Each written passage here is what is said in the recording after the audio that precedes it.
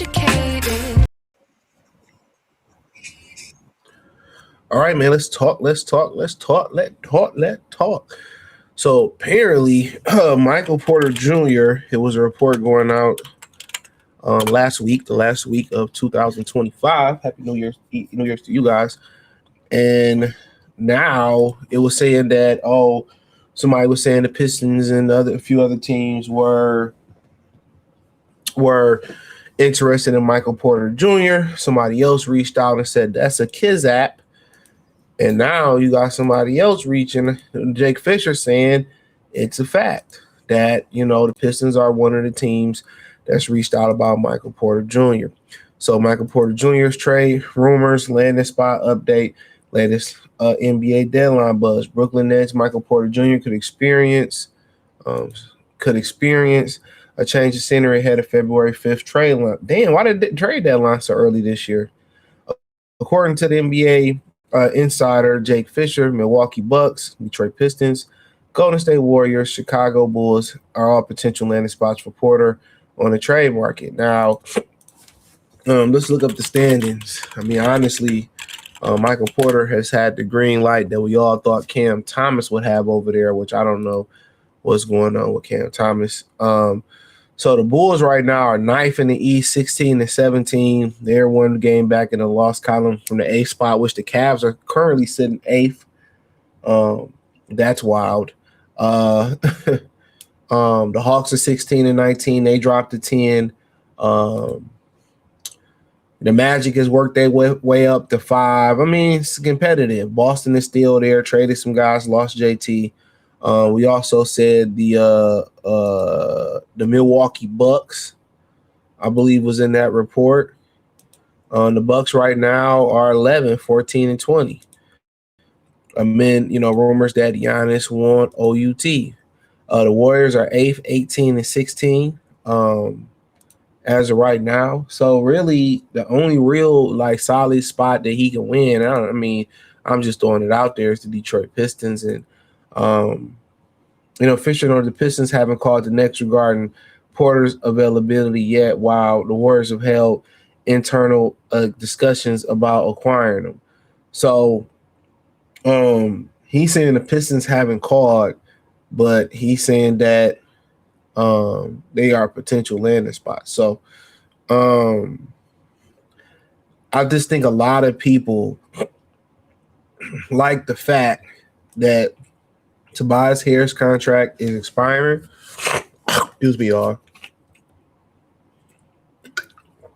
They like the fact the Pistons have a need at the 4 spot. They can upgrade shooting. Michael Porter will be a downgrade defensively. Haven't really come up in big moments in the playoffs.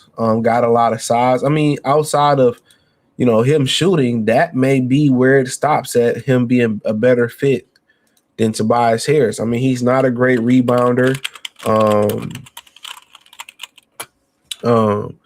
But he can go nuclear. And if you make him a vocal point scoring wise, which I think the Pistons have no problem with, I keep saying, I don't think Cade wants to go out there and have to get 30 every night.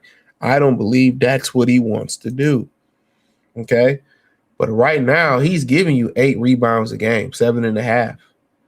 He's shooting 41% from 3. I feel like as good a shooter as he is, that free throw percentage should be in the higher 80s, 49.6 points a game. Now, just for good measure, I don't know what's going on with Cam Thomas. This is the green light that we thought he would have this year. He demanded all that money. As of right now, he's played 10 games. Michael Porter. So it must be some type of injury going on with him. He hasn't played. He played December 29th. So he must be coming. He can't stay healthy. 21 points a game when playing and really nothing else. He can't stay healthy. So let me see what the injury was. So he came back from a 20-game absence. He had a left hamstring strain, sidelined him for 20 games. So he returned December 28th with a 30 ball. Injuries, man, injuries. But I mean, honestly, it seemed that Michael Porter is a better rebounder at this point than Tobias Harris. Better, it's an upgrade, but defensively, man, you got to ask yourself, you know, defensively, you know what I'm saying? And then, camaraderie in the locker room. Michael Porter seemed like a good dude, man, to be honest with you. Tobias is giving you 13.4 points a game, 4-point assists, 2.5, 4.6 rebounds, 2.5 assists, 33 from the three, which is, it's terrible for him, 45.5%. From the field. So my bad, I don't know what happened there. From the field. So honestly, Michael Porter would be a monster's upgrade. He'd be a monster upgrade. Within this, the thing is, will he get the opportunity? Will he get the opportunity?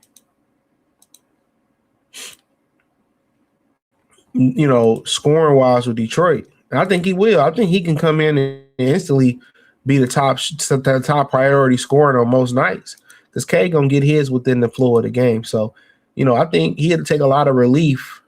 I think he'd take a lot of relief off everybody else. I think you got a guy that can score the basketball, but can you rely on him?